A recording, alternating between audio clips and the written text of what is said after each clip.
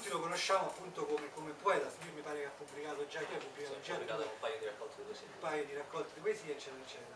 Questa volta ci ha stupito e ci ha colpito perché ha fatto tutt'altra cosa. Il caffè sulla luna è una sceneggiatura, è una sorta di romanzo però scritto sotto forma di sceneggiatura cinematografica. Chi lo sa che un domani magari non possiamo andare in qualche sala cinematografica e trovarci di fronte a quest'opera. E quindi, non so, vuoi dire innanzitutto, introdurre un po' come è nato quest'idea, come mai innanzitutto, cosa ti ha spinto, cosa ti ha portato diciamo, trasportare la tua vena poetica in qualcosa di totalmente diverso come la sceneggiatura? Ma in realtà è qualcosa che nasce contemporaneamente alla poesia. Studiavo sceneggiatura sui libri dei maestri, Gianni Incroci, Robert McKee, appunto parallelamente alla poesia appunto coltivavo questa passione per la sceneggiatura. Precisamente questa sceneggiatura qui è nata, pensa, vicino a San Pietro, lì della Conciliazione. È un fatto veramente accaduto, perché tempo fa lavoravo a San Pietro, la Basilica di San Pietro, e mi piaceva, prima di entrare, mi mettevo a piede la Conciliazione, mi mettevo a osservare la gente che passava sul giorno. In una via così grande, così passa tutto il mondo. Mi trovavo a vedere storie in continuazione, e una di queste storie praticamente in parte l'ho portata praticamente nel caffè sulla luna. Quel giorno capito che un barbone, che poi ho rivisto dopo,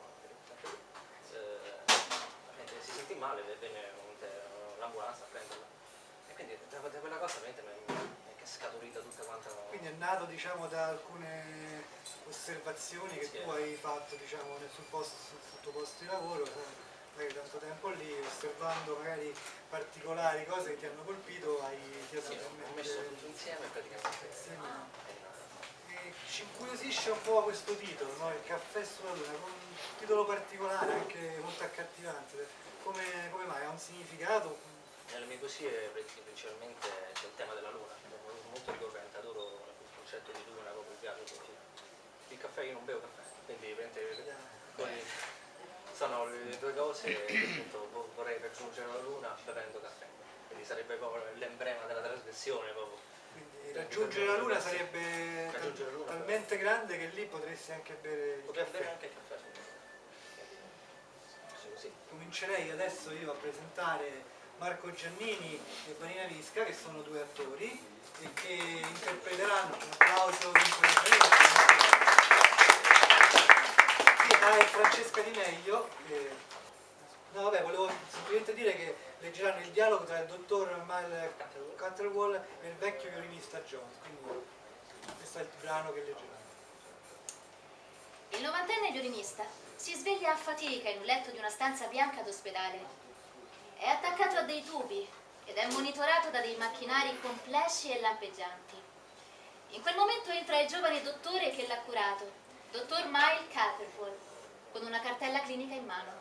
Come va, violinista?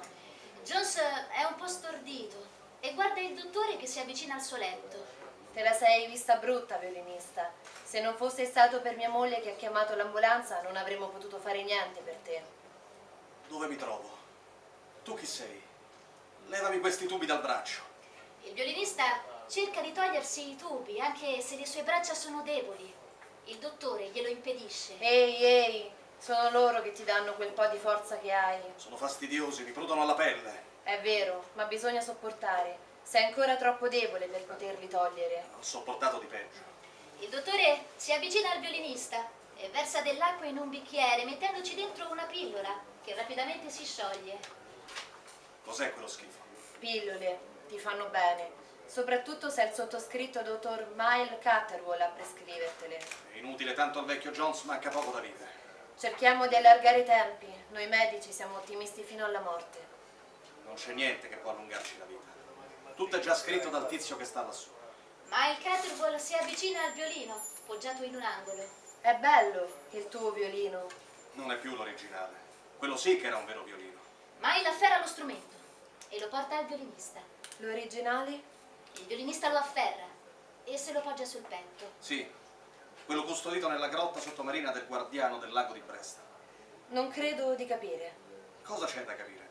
Il violino che suonai per tutta la vita è nella grotta del guardiano del lago di Brest, luogo dove lo lasciai affondare. Catterfall si siede accanto al violinista. Tu ce l'hai un padre, Mile? Non lo so più se ne ho uno. Io l'ho avuto. Mi picchiava tutto il giorno. Mi è sempre mancato l'affetto di una madre. Per fortuna però, un giorno incontrai lui. Jones avvicina una mano al collo e scostando la maglietta, lircia, estrae un crocefisso. Sei orfano? Si dice così, è vero? Allora ti rispondo di sì. Ma non importa questo. Forse sarei stato uno spirito libero comunque. Se la gente sa che sai suonare, ti tocca farlo per tutta la vita. Mi piacerebbe conoscere la tua storia. Sono anni che sento la tua musica per la strada, ma non ho mai avuto il coraggio di parlarti. Dicono il vero le tue labbra o è solo la compassione per un povero vecchio che sta per andarsene? In fondo abbiamo molto in comune. I nostri genitori non sono stati certo dei santi. Basterebbe solo un po' d'amore per rendere tutto migliore. Basterebbe un po' di fede e concentrazione nella riflessione, per non disperdere neanche un briciolo di memoria. Ci sentiamo sempre migliori di ieri, nel momento in cui stiamo vivendo, ma senza la nostalgia di quei momenti frivoli e scanzonati. Non avremmo mai avuto i capelli bianchi. Mile Catterwall osserva in silenzio il violinista Jones, come se fosse rapito dalle sue poetiche parole.